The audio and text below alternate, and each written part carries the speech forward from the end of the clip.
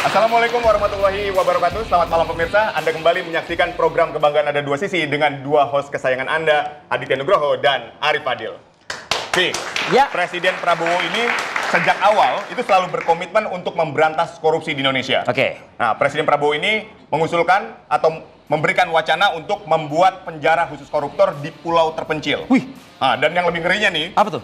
penjara ini akan dikelilingi oleh ikan hiu. Ikan hiu ya? Ikan hiu. Ini dahsyat, luar biasa ya kalau bisa bicara soal terobosan ikan hiu yang kita tahu, teman-teman tahu nggak apa? Pada malam hari ini di Dua Sisi, ini kan banyak banget main mata ya. Keluarlah ninggalin, tiba-tiba udah sampai di Singapura. Ya, di udah Bali. sampai di mana? Di Bali. Maintenance pula lagi, kan begitu ya. Nah, kalau dijaga hiu, kayaknya yang maintenance nanti tinggal tengkoraknya doang kali ya mungkin ya. Nah, tapi gini, menarik sih sebetulnya idenya, tapi pertanyaannya adalah ini pengawasannya bagaimana ya? Ya kalau misalnya aparatur oknum-oknumnya ini masih suka, mohon maaf nih, jangkrik bos katanya gitu, Ya. kan agak repot kan Betul. ya? Iya nggak sih? Tapi ya kalau saya sih tetap lah, namanya gagasan dan ide awal kita harus optimistis. Siapa Oke. tahu kan awalnya penjara khusus koruptor, Vi. Oke. Tapi nanti akan diikuti misalnya dengan perampasan aset bagi koruptornya atau dimiskinkan sekalian koruptornya. Ini Nah, itu baru mantap kan? Ini baru mantap nih ya. Tapi mudah-mudahan kita bicara pada malam hari ini memberikan juga masukan kepada pemerintah juga ya. Oke, langsung saja kita bahas kalau gitu. Boleh, ada siapa di kubunya Oh, Rifki? dari kubu saya ingin mengundang Saud Situmorang. Baik, kalau dari kubu saya ada Bang Hendarsam Marantoko. Silakan Bang. Ini yang setuju nih dengan Halo, Mas Saud. penjara khusus koruptor. Oke, Boleh. saya harus mengambil dulu nih Silakan. layar pada malam ini dengan Bang Saud Situmorang. Mas Saud, setuju dengan idenya Prabowo Subianto, Presiden Republik Indonesia, mengatakan nanti koruptor ditempatkan di pulau terpencil dan dijaga oleh hiu-hiu yang kelaparan. Kayaknya saya perlu waktu 2 jam yang ngejelasin ini. Waduh, jangan dong. Berapa Durasi menit? kita cuma 1 jam nih soalnya. 1 jam, Ah. dikit banget. Dimulai dari Anda berbicara. Karena kalau kita Udah bicara, kayak debat. karena kalau kita bicara nggak mau kan ini pengalaman saya 30 tahun di Pemberantasan intelijen korupsi. ya, di intelijen Oke. negara ya. Ya. Biasanya kalau presiden bicara itu instruksi. Presiden batuk saja, kita harus bisa menafsirkan kenapa Oke. dia batuk. Oke. Itu yang namanya elemen essential information. Jadi artinya kalau presiden sudah bicara seperti itu, kalau saya berada di dunia yang mengamati bagaimana informasi harus digulirkan menjadi sebuah kebijakan, nggak dalam tempo 1 jam, saya harus bisa menentukan ini pulau yang Bapak mau itu di sini Pak. Ini iunya gede-gede. Bahkan iu yang di sini ini kadang-kadang datang dari Australia nih Pak. Ini alurnya dari Papua Nugini, dari Vanuatu, Pasifik, dan iunya galak-galak Pak. Pokoknya kalau berenang dia habis tuh orang gitu. Artinya kita harus bisa membenarkan bahwa keinginan Prabowo untuk menjadi memenjarakan ya. orang untuk bertindak korupsi itu harus dijabarkan. Oke. Tetapi kalau saya masuk di teori yang lebih detail bahwa memberantas korupsi itu teorinya harus kuat. Gitu. Kita nggak mau Prabowo ini masuk di yang disebutnya kalau kita memberantas korupsi itu ada yang namanya yang disebut sebagai grand theory, middle range theory, baru implementatifnya, Oke. aplikatifnya gitu. Oke. Pak Prabowo baru bicara di bawah-bawah ini gitu. Meskipun ide dia brilian juga loh. Iya, tapi itu kan di dalam Astacita ya. Di dalam Astacitanya itu kan itu paling atas tuh grand theory sebenarnya. Pemberantasan korupsi. No, dia nomor 7 pemberantasan korupsi. Nomor 1 itu bicara Pancasila dia. Itu grand teorinya. Oke. Karena Pancasila bicara keadilan, kebenaran, kejujuran, masyarakat yang adil dan makmur. Itu di grand teori. Ini mahasiswa paham ya nanti kamu suatu saat harus S3 ya. Jadi grand teori, middle range teori, baru aplikatif teorinya. Pak Prabowo baru bicara di bawah, penjara, kejar ke gurun, kejar kemana tuh? Ke Antartika. Yeah. Pak Prabowo jangan main-main di bawah, enggak. Seharusnya. No, you're not playing in this. Kamu tuh main di atas. Oke. Bicara Pancasila dan itu sudah dinyatakan di dalam Astacitanya gitu. Oke. Aja persoalannya kembali lagi, kenapa Pak Prabowo main-main di bawah terus? Kenapa Gitu. menurut Anda?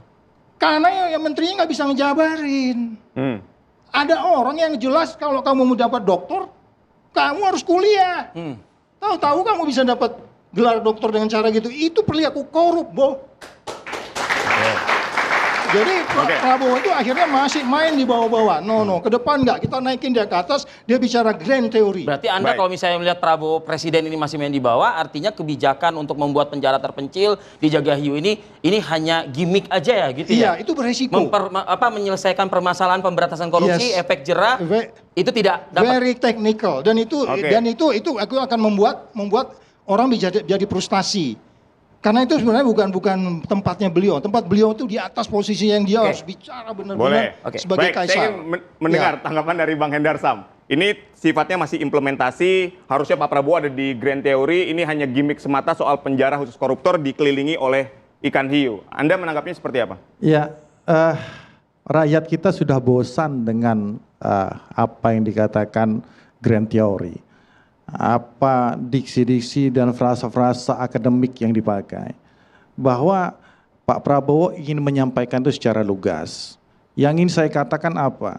Bahwa pemberantasan korupsi itu dari hulu sampai ke hilir.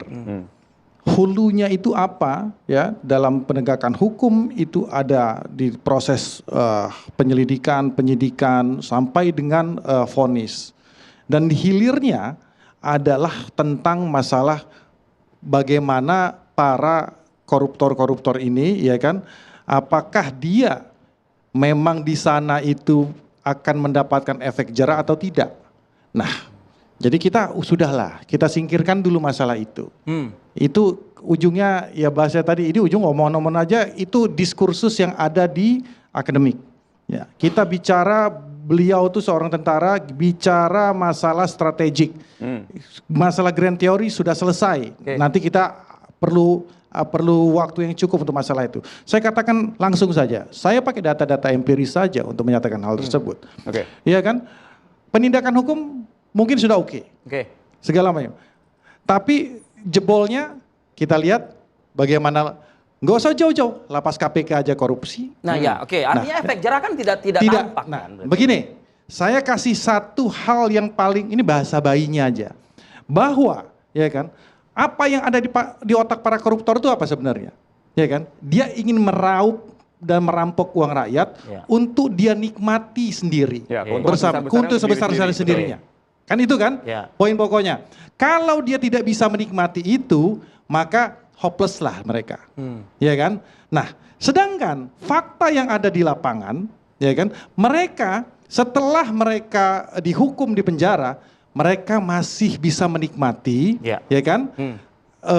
Kenikmatan duniawi di dalam, ya, masih bisa party-party di dalam, ya. Anda silakan cek, ya kan? Masih punya blog sendiri, masih eksklusif. Jadi ini saya malah tambah usul.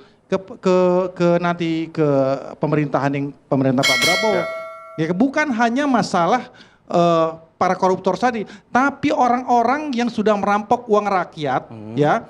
Contoh kita nggak usah jauh-jauh, asuransi, ya, habis itu masalah investasi bodong dan lain sebagainya masuk ke situ semua karena itu kejahatan extraordinary. Saya harus katakan tambahan ya bahwa memberantas korupsi ini adalah extraordinary crime. Maka oleh karena itu pemberantasan harus dilakukan secara extraordinary juga. Betul. Nah, tapi Bang Hendar Sam, mungkin nggak tapi penjara ini benar-benar diwujudkan? Kalau beliau sudah kasih tegas masalah itu, Pak Menteri harus jalankan itu. Kan seperti itu. Tapi tadi Pak Saud bilang katanya ini sayangnya menterinya yang nggak bisa mengimplementasikan. Iya kan belum, baru berapa 2 hari. Mohon bersabar, belum tapi belum diwujudkan ya. Tapi kan artinya ini kan perintah.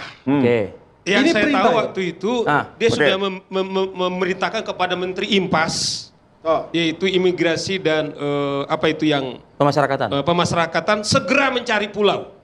Dia juga ada di situ. Jadi saya kira perintahnya itu artinya sudah bergerak ya Bang. Ini ya. Oh ya. Cuman menterinya ini apakah omon-omon karena sudah perintah seperti Pak Saud, mestinya ketika dia katakan hanya bernapas, berarti ya menterinya ini harus dicambuk supaya segera mengimplementasikan perintah presiden. Gimana Bang Saud ini? Yang perlu dipahami, don't kill me gitu. Jangan dibunuh pembawa pesan. kita ini di sini mau memberantas korupsi gitu ya kan. Kita harus sepakatin itu dulu gitu.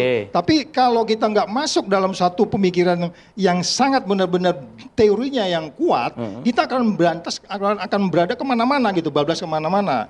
Tadi kan Endarsam tadi udah menjelaskan bahwa zero toleran, ya kan? Nah, kita udah sepakat di situ. Yang kita tidak sepakat itu adalah bagaimana sebenarnya mengangkat angka 37 ini berada di atas Timur Leste yang 47, 43. Ini kita 37, bro. Saya kira ini ya,